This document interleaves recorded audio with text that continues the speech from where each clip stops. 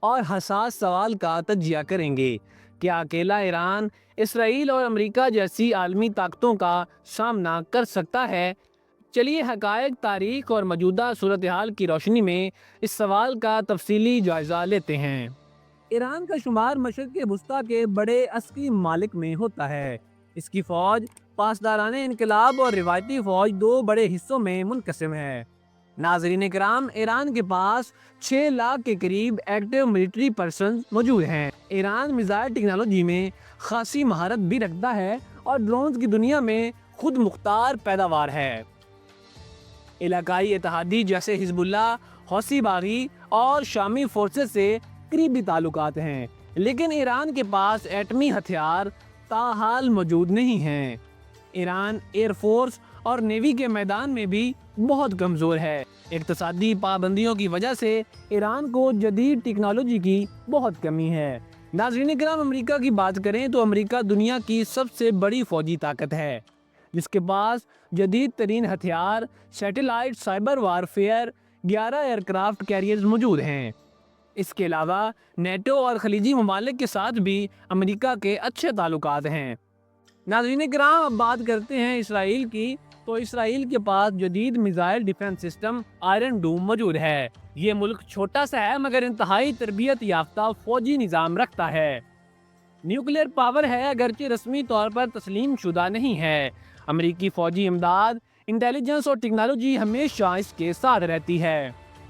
ناظرین کرام، ایران کی طاقت صرف اپنی فوجی صلاحیت میں ہی نہیں بلکہ اس کی پراکسی وارفیئر حکمت عملی میں بھی ہے۔ ایران خطے میں کئی گروپس کو سپورٹ کرتا ہے، جیسے حزب اللہ، شیعہ ملیشیا، حوثی باغی۔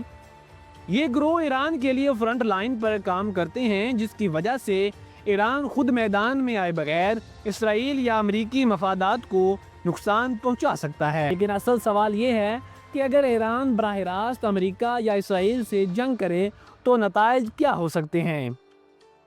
اس میں ایرانی انفراسٹرکچر شدید متاثر ہوگا، عالمی سطح پر تیل کی قیمتیں بڑھ جائیں گی، پورے خطے میں جنگ پھیلنے کا خدشہ ہے۔ لیکن ایران کی جانب سے بھی شدید رد عمل متوقع ہوگا۔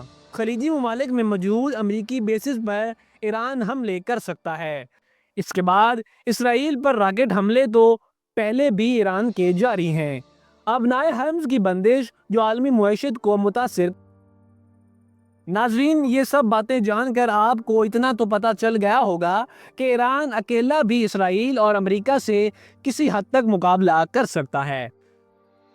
اگر جنگ غیر روایتی انداز میں ہو، پراکسیز کے ذریعے سائبر حملوں اور گوریلا حکمت عملی، تو ایران طویل عرصے تک مزاحمت کر سکتا ہے۔ ایران جانتا ہے کہ براہ راست جنگ کی صورت میں اس کے لیے نقصان زیادہ ہے، اس لیے وہ پراکسی وار، ڈپلومیسی اور اندرونی مزاحمت کو ترجیح دیتا ہے۔ ناظرین کرام، ایک اور چیز جو ایران کو امریکہ اور اسرائیل پر ترجیح دیتی ہے وہ ہے اس کی صدیوں پرانی جنگی تاریخ۔ ایران کے لوگ بہت زندہ دل اور بہادر ہیں اور ایمان کی طاقت سے لڑتے ہیں، جس سے وہ کسی بھی بڑی سے بڑی طاقت کو شکست دینے کی صلاحیت رکھتے ہیں۔ تو ناظرین کرام، آج کی ویڈیو میں ہم نے ایران، امریکہ اور اسرائیل کی طاقت، حکمت عملی اور ممکنہ نتائج کا جائزہ لیا۔ آپ کی رائے ہمارے لیے اہم ہے۔ کیا آپ سمجھتے ہیں کہ ایران کسی بڑی جنگ کا سامنا کر سکتا ہے؟ کومنٹس میں اپنی رائے ضرور دیں۔ ویڈیو پسند آئی ہو تو لائک، شیئر اور سبسکرائب کرنا نہ بھولیے۔ اللہ حافظ۔